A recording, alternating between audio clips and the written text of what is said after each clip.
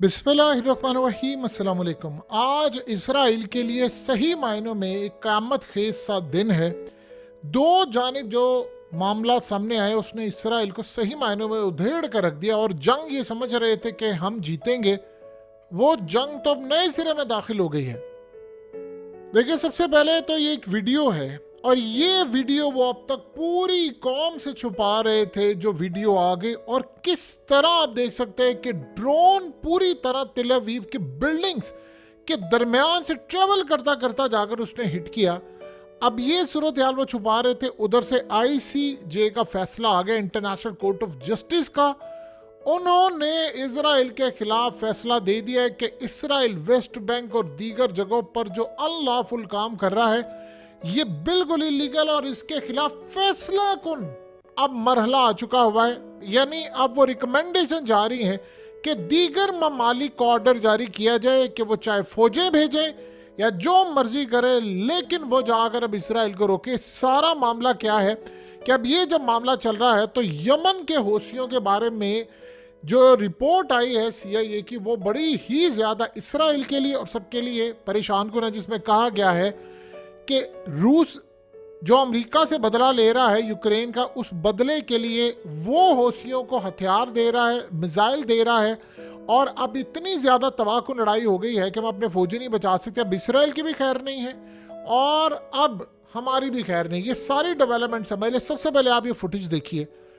आप यकीन कीजिए कि अब तक इसराइल को शायद हमले का इतना ज़्यादा नुकसान ना उठाना पड़े या इतना ज़्यादा उनके लिए मसला ना होता जितना उसकी वीडियो सामने आने के बाद हुआ है। अभी तक उनकी पूरी कोशिश ही, क्योंकि जब मनाजिर आते हैं वो तारीख में याद रखे जाते हैं। अब तक का जो हमला था वो ये था कि जी हौसियों ने हमला कर दिया, समंदरों में हमला कर दिया, इराक मलेशिया ने हमला कर दिया, लेबनान ने हमला कर दिया। आपने कैसा ड्रोन मारा है जो सारी जगहों से ट्रेवल करता करता करता जाकर वो इसराइल के अंदर दाखिल होता है, वहां से भी ट्रेवल करता करता सीधा तेल अवीव यहाँ पर आया और अमेरिका की एम्बेसी के करीब जाकर उसने एक बिल्डिंग को हिट कर दिया। और आप अंदाजा करें कि रात के 3:12 पर इस ड्रोन ने जो तबाही मचाई है, उसने पूरी कौम को तेल अवीव के अंदर रात को सोए जगा दिया। क्योंकि हुआ ये, तेल अवीव में अभी तक ये मामला नहीं था, लोगों के मोबाइलों पर मैसेजेस। असल में मजे की बात यह है, जो इंटरेस्टिंग सूरत हाल है, कि ड्रोन दाखिल हुआ इसराइल की हदूद में, कोई सायरन नहीं, किसी के मोबाइल पर मैसेज नहीं, कुछ नहीं। लेकिन जब ड्रोन आकर हिट होता है और उसके बाद सिस्टम सारे बेकार हो गए और वो तबाही जिस तरह हुई आप ये देख सकते हैं। वो बिल्डिंग से होता हुआ जाकर उसने हिट किया है, उसने बंदे मारे हैं। तो आप अंदाज़ा करें कि उसके बाद लोगों के तेल अवीव के अंदर जो मेयर ने फिर वहाँ पर हाई अलर्ट पूरी की पूरी स्टेट को कर दिया है कि जी सिटी हमारी इस वक्त पूरा यानी हाई अलर्ट है, स्टेट भी पूरी हाई अलर्ट होगी।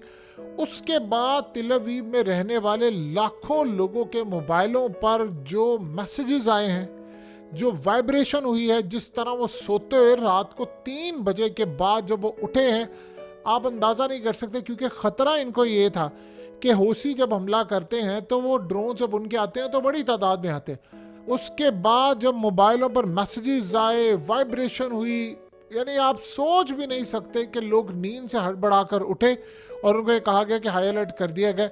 उनको ये लगा कि कोई मिसाइल गिरा है। उनके दिमाग में भी ये चीज़ नहीं थी, क्योंकि उनको कभी ना कभी ये अंदाज़ा है कि आज नहीं तो कल लिबनान के साथ ये जंग छिड़ जानी है।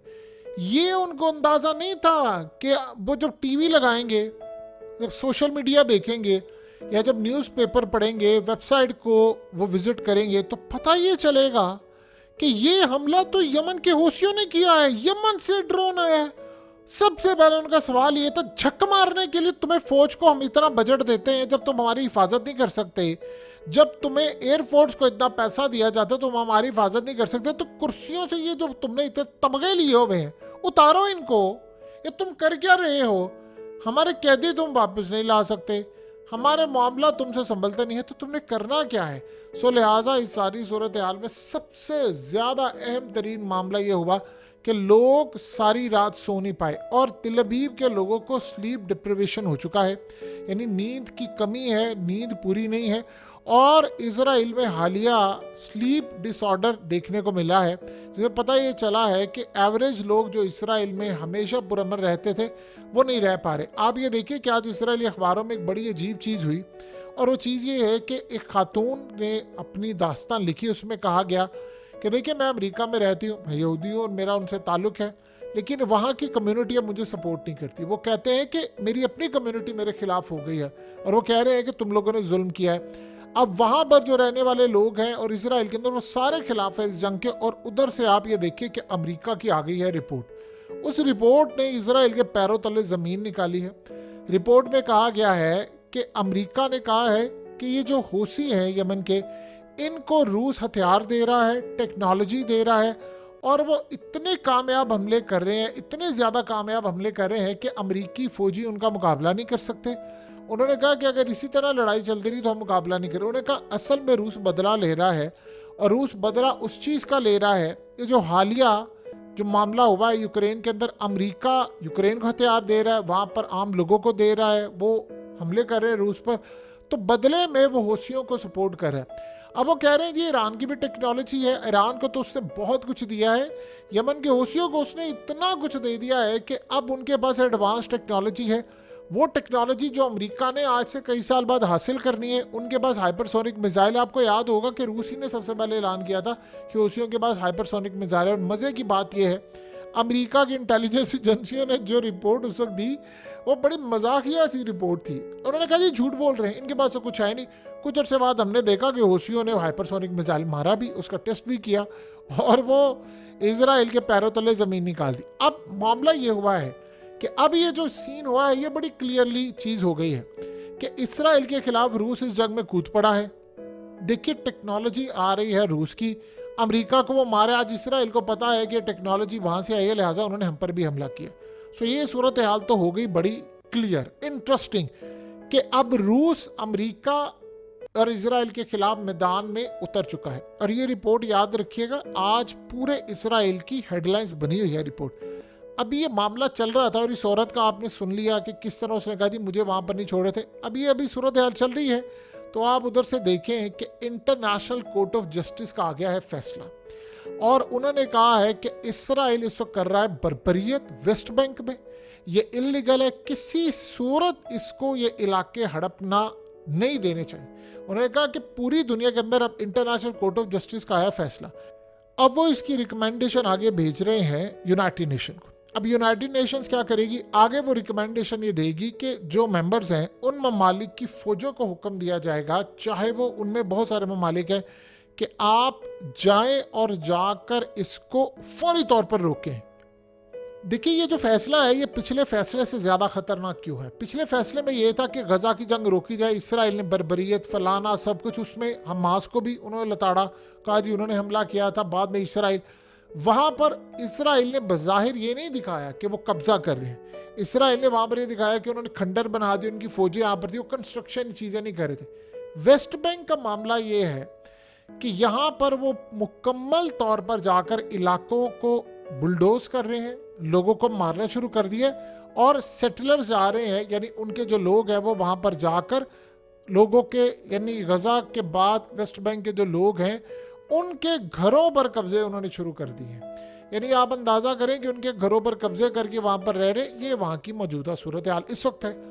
अब यहाँ पर जो मामला है, यहाँ पर तो ना हमास ने हमला किया है, यहाँ से ना कोई हमला हुआ है, तो ये बात बड़ी क्लियर हो चुकी है कि यहाँ से सीन अब चल रहा है, और इसमें यूनाइटेड नेशन अब हुक्म दे रही है कि आप पीस कीपिंग मिशन जो है वो अब तैयार रहे, फौजें जाएं और जाकर करें। अब देखिए सबसे बड़ी बात है कि तकरीबन सारी मुस्लिम कंट्रीज कंप्रोमाइज़ कर चुकी हैं। अमेरिका और इसराइल के साथ उनके बैक एंड और फ्रंट पर मामला तय है, किसी ने मदद करने के लिए नहीं जाना, ना किसी ने अपनी फौज भेजनी है ना कुछ। ये रूस ही है जो अब तक काम कर रहा है, वो हूसियों को सपोर्ट कर रहा है, ईरान खड़ा हुआ है, लिबनान है, इराक, शाम, मलेशिया, यानी ये जो ताकतें हैं, बस दैट्स इट। किसी ने नहीं जाना, ना तुर्की ने जाना, ना किसी ने अपनी फौज नहीं भेजनी, ना एयरफोर्स भेजनी, ना जहाज भेजने, ना हेलीकॉप्टर्स भेजने, ना किसी ने मिसाइल मारना। आप अंदाजा करें, आज एक छोटी सी बात बताइए, दुनिया के अंदर हवा क्या था? इसराइल दुनिया की टेक्नोलॉजी है, डिफेंस सिस्टम, वाह, आयरन डोम, डेविड स्लिंग, फलाना, XYZ, किधर है आपका? अगलों ने ड्रोन मारा, आपकी सारी रात आप सोते रहे, आपके सिस्टम को भी सुला दी। अब इसराइली पूछ रहे हैं फौज से कि भाई एयर चीफ रिजाइन करे फौरी तौर पर। अब ये वहां पर गुफ्तगू हो रही है कि एयर चीफ को कहे कि भाई तो रिजाइन कर, तेरी औकात नहीं अगर रोकने की तो किसी और के दे। वो कहता मैं क्या करूं, आपकी जो टेक्नोलॉजी है वो हमारी उस काबिल नहीं है कि उनका मुकाबला कर सके, तो इसमें मेरे रिजाइन करने से क्या ताल्लुक है। हुआ ये कि एयरफोर्स की जानिब से या उनकी जो फौज की जानिब से सबसे पहला बयान ये आया, उन्होंने कहा जी हमारे रडार सिस्टम पर ड्रोन आ गया था, ह्यूमन एरर हुआ है, इंसानी एरर हुआ है, इंसानी गलती है जिसकी वजह से हम ड्रोन नहीं रोक पाए। इतना भोंडा मजाक है, इतनी भोंडी स्टेटमेंट है कि आप अंदाज़ा नहीं कर सकते। यानी आप अंदाज़ा करें कि वो ये कह रहा है कि जी वो हमारा फलाना हुआ था, इसका मतलब है कि कल को कोई एटमी हमला हो जाए, कोई न्यूक्लियर वार आ जाए किसी बैलिस्टिक मिसाइल के ऊपर लगकर, तो आप मिस कर दे और आप बाद में कि जी इंसानी गलती थी। इस हिसाब से तो बड़े लोग मारे जाएंगे, तो तब आप क्या करेंगे। सो लिहाजा ये कोई जस्टिफिकेशन नहीं है। अब वहाँ पर डिमांड ये हो रही है कि यार आप इस जंग को ख़त्म करें। आज ये जो मामला हुआ इसके बाद इसराइल के तोड़ फोड़ हिल गए हैं, इसका मतलब है कि वो लिबनान के साथ जंग में कूदेंगे। यमन के हौसियों ने जब मारा हाइपरसोनिक मिसाइल, तो इसराइल के देखिए अब तक का खतरा ये था तिल अवीव तक कौन जाता है। तिल अवीव में एम्बेसीज हैं, कॉन्सुलेट्स हैं, बिल्डिंग्स हैं, पैसा है, इन्वेस्टमेंट है। बिलियनर्स की पहली चॉइस होती है तिल अवीव, फिर यरूशलेम। वहाँ लड़ाइयाँ जारी रहती हैं हर टाइम, लेकिन तिल अवीव में उनको सुकून मिलता है। अब आप बताइए कि ऐसी सूरत हाल में जो बिलियनर है वो जाकर इसराइल के बीचेस पर अय्याशी करेगा या मियामी बीच में जाएगा जहां पर उसको पता फ्लोरिडा में यार सुकून है सब कुछ, वो यहां पर आएगा कि उधर जाएगा। सो सबसे बड़ी बात ये है इस वक्त इसराइल के लिए कि उनकी पोजीशन इस वक्त हो गई है बहुत ज्यादा वीक। इसराइल इस बात को समझ गया है कि अब रूस इस जंग में कूद पड़ा है। उसके बाद अमेरिका ने भी हाथ खड़े कर दिया। आज उन्होंने अमेरिका ने बात कह दी है ना कि रूस की टेक्नोलॉजी इस्तेमाल कर रहे हैं, अगर इसी तरह हम बैकफुट पर है तो हम ये जंग नहीं जीत सकते। वो कह रहे हैं कि असल में ये बड़े अग्रेसिव हैं, ये हमें मार रहे हैं, ये इसराइल को मारेंगे। अब वो इसराइल के खिलाफ जिस तर्ज की जंग हो रही है, देखिए एक यमन ने गले से पकड़ लिया है अमेरिका को, यूरोप को और इसराइल को। अब होगा क्या कि रूस ने कमाल पत्ता फेंका है, वो खुद फ्रंट पर नहीं आया, कोई सपोर्ट कुछ नहीं दिखा रहा, लेकिन वो बैकएंड के ऊपर बैठकर यमन के हूसियों को सपोर्ट कर रहा है और वो इनको मार रहे हैं। अमेरिका को ये बात समझ आ गई कि वो वहां पर करेंगे। अब एक चीज होगी, जितना ज्यादा वो हमला करे तक ये करेंगे। आज इसराइल के इन शहर पर आ गया, सोचे कल को वो बैलिस्टिक मिसाइल ऐसा मारे। देखिए असल में तो आपको एक ही चीज चाहिए होती है ना, आपको एक फार्मूला चाहिए होता है। मेरे हाथ लग गया एक फार्मूला कि दी अब मैं कोई भी ईंट भी मारूंगा या पत्थर भी मारूंगा तो वो ये रोक नहीं पाएंगे। तब आप छोटे ड्रोन मारे, बड़े ड्रोन मारे, लॉन्ग रेंज मिसाइल मारे, शॉर्ट रेंज मिसाइल मारे, आपका मिसाइल जाकर निशाने पर लगना है और आपका रडार सिस्टम काम नहीं करेगा। इनके पास जो टेक्नोलॉजी आई है वो बड़ी लाजवाब है। उसमें सीन ये है कि वो रडार सिस्टम को जैम नहीं करते, कंफ्यूज कर देते हैं। वो अब अपना सिस्टम नहीं चला पाता। जैसे मिसाल के तौर पर आज आप देखें पूरी दुनिया के अंदर करीबन 1 बिलियन, 1 अरब के करीब कंप्यूटर्स जो हैं वो काम करना छोड़ गए। और आपने देखा कि कॉर्पोरेट सेक्टर के ज़्यादा थे इसमें।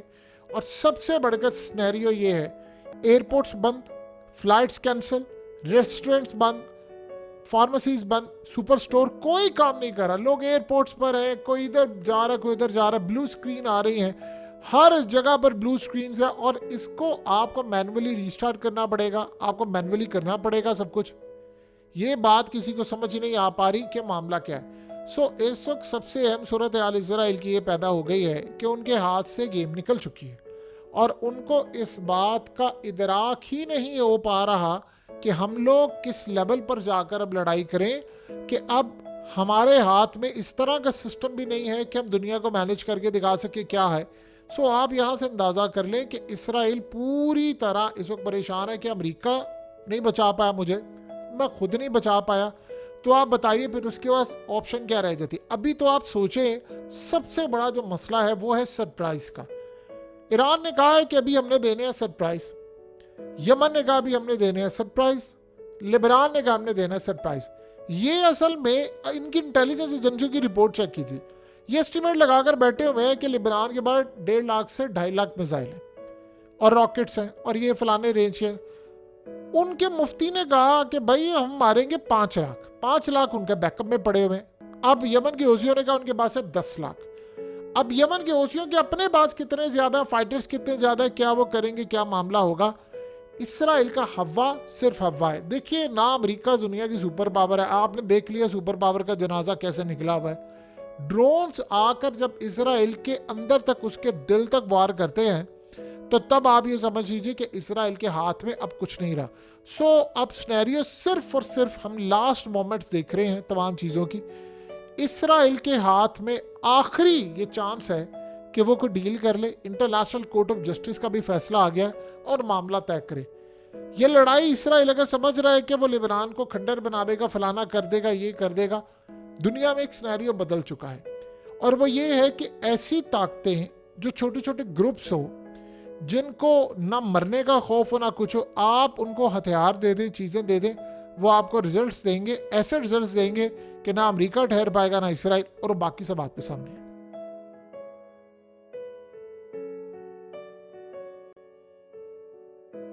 हकीकत टीवी को सब्सक्राइब करना मत भूलें, वीडियो को लाइक करें, शेयर करें और कमेंट सेक्शन में अपनी राय का इजहार ज़रूर करें।